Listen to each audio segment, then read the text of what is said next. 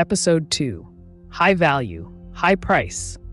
The echoes of yesterday's humiliation still rang in Bueno's ears as he stepped into the school courtyard the next morning. His hands, once a symbol of his inherited strength, now felt like a betrayer. The memory of it slamming against the table, pinned by a girl, played on repeat in his mind.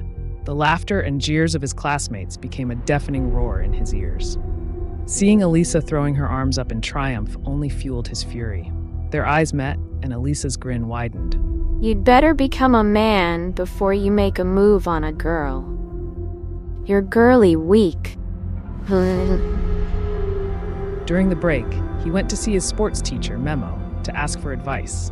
Memo hid a large, mocking smile, but Bueno shouted, staring him down.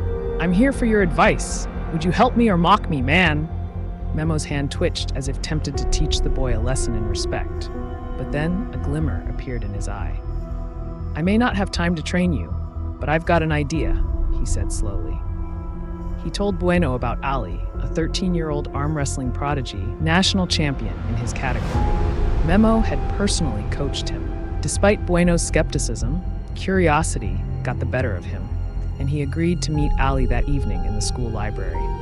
The library was foreign territory for Bueno. It's a world Bueno rarely entered. Rows of towering bookshelves stretched into the distance, their contents a mystery to him.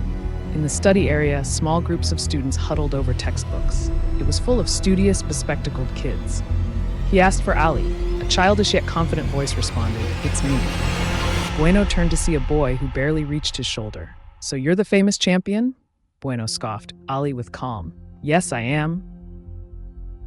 Then he initiated a handshake with Bueno. Ali squeezed hard. The pain shot through Bueno's hand, his fingers feeling like they were being crushed. Ali maintained his grip, his voice low and steady, saying, "Listen, you may be taller, bigger, and older, but you're here because you're weak. Very weak." Pride warred with pain as Bueno sank to his knees, refusing to cry out. Ali continued, "Don't worry, weak boy. I'll offer you training for a modest fee. Only $500 per month." Bueno's motivation faltered at the price. With his mother abroad, sending barely enough for essentials, it seemed an impossible sum. Yet Ali gave him 3 days to decide. That night, Bueno tossed and turned, torn between his burning desire for revenge against Elisa and the steep cost of Ali's training. The memory of Elisa's mocking laughter and the pain in his fingers as a sign of Ali's strength are still in his mind. As dawn broke, Bueno made his decision. Without hesitation, driven by a cocktail of wounded pride and fierce determination, he sought out Mr. Memo to accept Ali's offer. The price was high, but to Bueno, the cost of remaining weak was far greater.